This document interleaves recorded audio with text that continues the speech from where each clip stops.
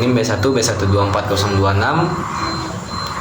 Prodi Ilmu Pemerintahan Fakultas Hukum Universitas Jambi.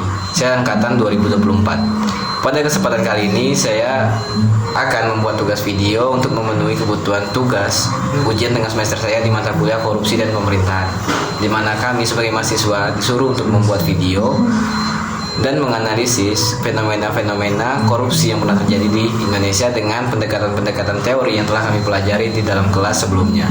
Baiklah, langsung saja ke video.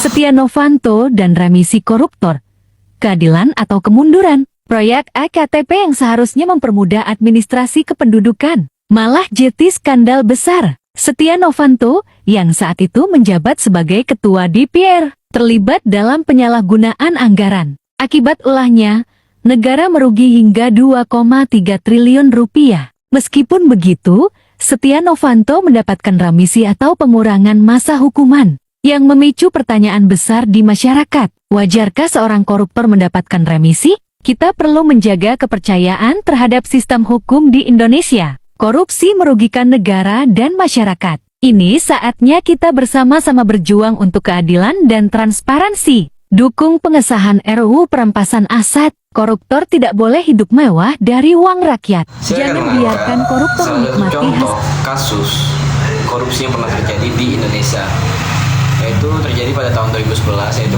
kasus korupsi proyek IKTP. Bayangin, sebuah proyek besar yang seharusnya bikin hidup masyarakat jadi lebih mudah, namanya proyek IKTP, diluncurkan pemerintah Indonesia sekitar tahun 2011. Tujuannya sederhana tapi penting. Semua warga punya identitas digital yang rapi, aman, dan terintegrasi. Anggarannya pun juga nggak main-main, sekitar 5,9 triliun rupiah. Tapi di balik ambisi besar itu, ternyata ada cerita lain. Proyek ini jadi salah satu kasus korupsi terbesar di Indonesia. Uang negara yang seharusnya dipakai untuk pelayanan publik malah bocor ke berbagai pihak. Kerugian negara diperkirakan lebih dari 2 triliun. Salah satu nama yang paling sering disebut adalah Setia Novanto, yang saat itu menjabat sebagai Ketua DPR RI. Kasus ini bukan cuma soal satu orang, tapi soal sistem yang memungkinkan banyak orang ikut bermain. Kalau kita lihat lebih dalam, aktor yang terlihat dan terlibat itu bukan cuma individu. Memang ada anggota pejabat tinggi, anggota DPR dan birokrat di dalam Kementerian Dalam Negeri, tapi ada juga pihak swasta, yaitu perusahaan yang menjadi vendor proyek ini. Jadi ini bukan korupsi sendirian, melainkan kerjasama. Politisi punya kuasa mengatur anggaran, birokrat mengatur jalannya proyek, dan pengusaha menyediakan dana termasuk suap. Dari situ terbentuk semacam jaringan saling menguntungkan. Semua pasti dapat bagian, tapi negara yang rugi. Terus kenapa sih hal seperti ini bisa terjadi? Dari sisi struktural, pengawasannya lemah dan kekuasaan terlalu terpusat di elit-elit negara. Transparansi anggaran juga minim pada zaman itu, jadi publik nggak benar-benar tahu apa yang terjadi di belakang layar.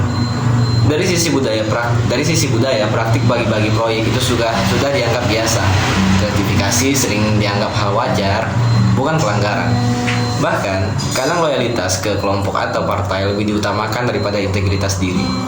Dari sisi kelembagaan, masalahnya makin kompleks. Sistem audit belum kuat, penegakan hukum kadang tidak konsisten, dan ada konflik kepentingan antara lembaga yang seharusnya saling mengawasi.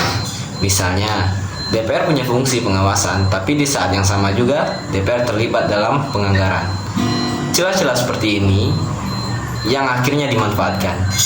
Dampaknya jelas besar. Pertama, kerugian negara yang sangat besar, itu artinya ada banyak program lain yang terhambat. Kedua, kepercayaan masyarakat ke pemerintah pastinya menurun. Orang jadi skeptis apakah pajak yang mereka bayar benar-benar digunakan dengan baik. Yang ketiga, kebijakan publik jadi tidak efisien karena proyeknya sendiri tidak berjalan dengan optimal. Dan yang paling berbahaya, praktis seperti ini bisa jadi kebiasaan di dalam birokrasi itu sendiri. Kalaupun dibiarkan, korupsi bukan lagi penyimpangan, tapi bagian dari sistem. Lalu, apa yang bisa dilakukan? Menurut saya salah satu kuncinya adalah transparansi. Proses anggaran dan proyek harus terbuka, misalnya lewat sistem digital yang bisa diakses publik. Kedua, akuntabilitas harus diperkuat, termasuk peran Komisi Pemberantasan Korupsi supaya penegakan hukum benar-benar tegas dan konsisten. Selain itu juga masyarakat juga perlu dilibatkan. Partisipasi publik penting untuk mengawasi, dan orang-orang yang berani melapor harus dilindungi oleh negara.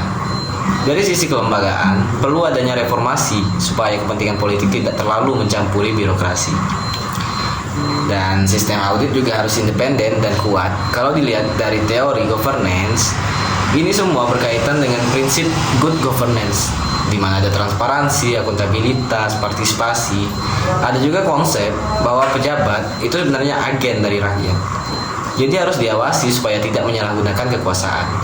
Dan yang gak kalah penting, perubahan budaya bahwa korupsi itu bukan hal yang bisa dimaklumi dan dinormalisasi. Tapi yang seharusnya korupsi ini adalah harus ditolak bersama masyarakat banyak. Pada akhirnya, kasus IKTP ini bukan cuma soal uang yang hilang, tapi ini soal kepercayaan yang rusak. Teknologi secanggih apapun gak akan berhasil kalau sistemnya tidak dibangun dengan integritas. Dan melawan korupsi bukan cuma tugas lembaga hukum, tapi tanggung jawab semua pihak, pemerintah, swasta, dan juga masyarakat. Baiklah, mungkin sekian dari saya terkait materi yang telah diberikan dan tugas yang telah diberikan dari mata kuliah korupsi dan pemerintahan.